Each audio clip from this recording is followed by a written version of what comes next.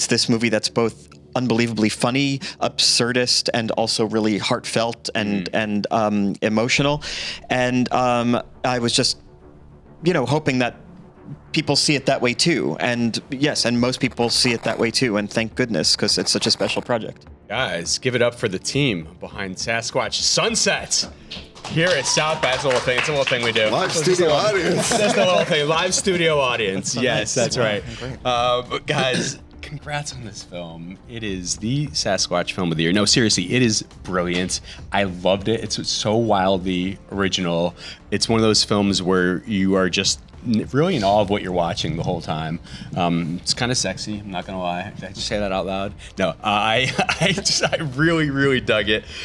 David and Nathan, let's start with you guys. Tell us the origins of this insanely bold and generally just insane movie. Well, we've just been obsessed with Bigfoot since we were kids. There's this show called In Search Of with Leonard Nimoy hosting that was where we were, the first time we saw that original. It's called the Patterson-Gimlin footage of the iconic walking across the woods kind of shot. And we've just been, obsessed with Bigfoot ever since, and had done some shorts and stuff with using the creature before, but it all kind of built to this. Please tell me there was some Harry and the Hendersons influence also. A little bit. We love Rick Baker. He's a god to us. But Show my age, but I was obsessed with that movie as a kid. I couldn't help but think back to my love for that movie watching this.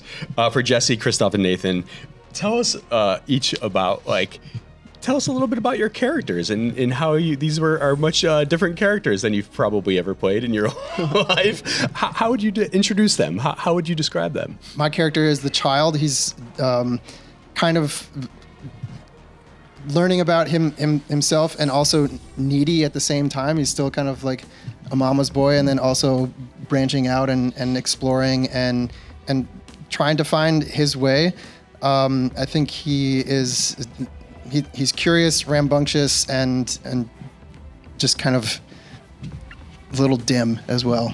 Yeah, my character is probably I thought of my character as like the poet of the group, because the bar, they're really like these animalistic creatures driven by like their id and their rage and sexuality, and and so my character is also those things, but in the context of this group, like he's probably like the sensitive, introspective, thoughtful one, and like the first day we were filming and we had these like butterflies, we were filming with like real butterflies, and it just gave me so much insight into my character. It was the first day.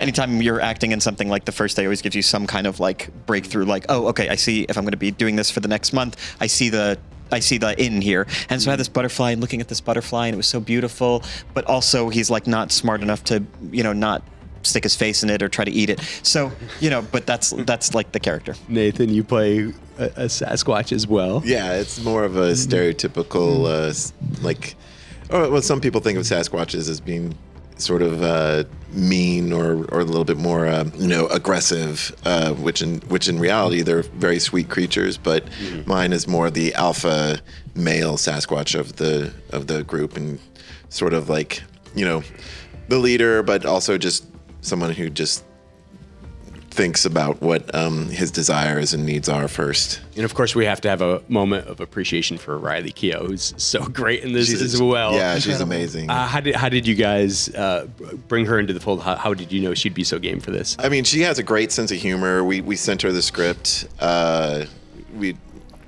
she just identified with the character and how unique of a project this would be for her and for all of us involved. It's just such a different type of film, and we are all like really excited to do something that you normally wouldn't do. And she was like so gung-ho, and I think like for her character, she really wanted to be the most feral of the group, and it was just like the experience was a big draw, but also she loved the script and saw like the humor and the beauty and the pathos in it. For everyone involved, the cast and then also the crew, is kind of like either you get it or you don't. So it's thankfully, I mean, Jesse was the first one to get on board, and nervous. Also, just because he's the first one to see it in that way, we're nervous about sharing it. And but it's the kind of thing either you get it or you don't. Yeah.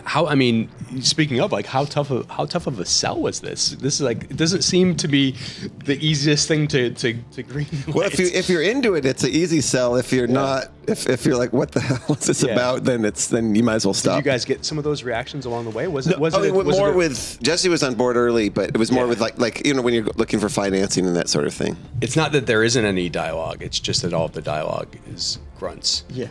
First of all, what did that look like on the page?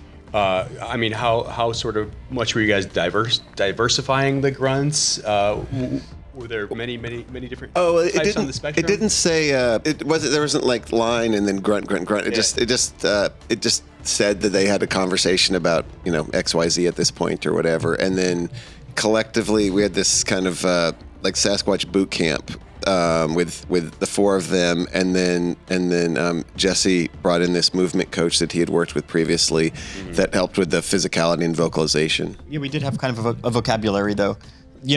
Very limited, but the kind of sounds they would make when they're searching for each other versus the kind of sounds they would make when they were arguing. And so there was kind of like I think we even wrote it down, right? We had like a formalized. It was a page. Yeah, we had a one page. That's their a glossary of terms, if you will. It was a pick your grunt sheet. Yes, exactly that. Yeah.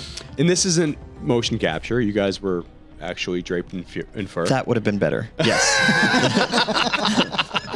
I would love to hear from all three of you on the process of the transformation process and what you put yourselves through to play Sasquatch. I mean, that was one of the things that initially drew me to the project, is that it wasn't motion capture. I mean, stuff like this hasn't been made in decades, I think, where it's an actor actually in practical prosthetics and costume and acting out a character that's real. I think that was such a beautiful concept that's kind of been edged out in years with CGI and digital. So I just thought that was so intriguing and such a fun thing to approach. What was the actual daily process getting into these? It was like a 2-hour process of just putting on the face makeup and a cowl, and then squeezing into these suits that we all flew up to Toronto, where the effects team was headquartered, and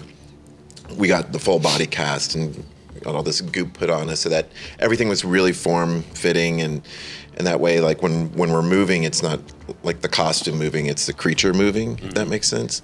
But yeah, once you put those teeth in, the fake teeth, and look at yourself in the mirror with all this fur on your face, it was really easy to get into character. Did you enjoy your look? The look is unbelievable. Like the look and stuff is groundbreaking. Like the fact that it's so clear, so emotional, so human, for lack of a better word, is amazing. Like the process was like so excruciating. Like 2 hours of like glue on every part of your face, and then these very heavy, tight suits. But like you just kept thinking like this is such a unbelievably marvelous looking thing that it like gets you through the day, but like the actual like physicality of it is incredibly strenuous. Yeah, it really is. And I mean, it hooks you in from the beginning, I think, just because you're going, I've never seen these creatures portrayed so beautifully. They're beautiful. Yeah. How did you guys, what was that process in finding the look of them? How many different versions did you have to go through? What can you say about that process? There wasn't a ton. We wanted to use, the kind of the baseline of what people are familiar with Bigfoot as an entry point, and then from there, personalize it in our own way. But and then we want, it's important that each character have their own distinctive qualities, and so it was we just kind of worked from there, and it wasn't much more involved than that. Yeah. You guys mentioned how sort of steeped you were in sort of the mythology of Sasquatch from for a long time. Like, what did you? I would assume you dug a lot deeper into it for this project. Like, what did you guys learn in that prep process that you brought to this movie that you were not aware of, from sort of like, obviously, all the theories, the sightings, all the things that are out there? Well, we tried to pick the good thing is, I mean, with something like this is there's lots of different theories, and so there's not one prevailing one, and so you have some, you kind of can cherry pick the greatest hits of those in putting it in putting it together. But we tried to pick the ones that people were most familiar with, or there was some commonality with. But I don't know, things like the way they communicate by knocking on trees or building nests, or burying the dead. I don't know how they forage, those sorts of things. I mean, so we it was a mix of taking those traits and then combining it with a mix of human characteristics and animal characteristics. The film premiered to big acclaim at Sundance a month or two ago. What would have been sort of the most surprising or your favorite reactions that you've gotten to the film thus far? I'm so thankful people see the brilliance that we all saw in it. Like, it's such an unusual movie. And as David said, like, you either get it or you don't. And what I think he means by that is that if you're like on board with it, you love every single aspect of it, and it speaks to you, and you realize what, our intentions are, which is that it's this movie that's both unbelievably funny, absurdist, and also really heartfelt and emotional. And I was just hoping that people see it that way too. And yes, and most people see it that way too. And thank goodness, because it's such a special project. Anything that's surprised you guys as filmmakers from the reaction to it so far? Well, we felt pretty good because everyone are great comedic actors involved, and there's such a physicality to it, almost like slapstick or silent screen acting in some ways. So we could tell that the comedic aspects are working, but then what was nice, with the audience is the more poignant, and because there's some sad parts in the film, and it was as much as we loved the comedic aspects, we wanted to have the same sort of reverence for the more poignant spots as well, and it was nice to see that those connected with people. Cool. Well, thank you guys so much for coming in. Thank you for this movie. Thank you. I really, really highly dug it. I recommend it to everyone, seriously. Guys, thanks again. Thank you. Thank you, Kev. Thank you. Thank you.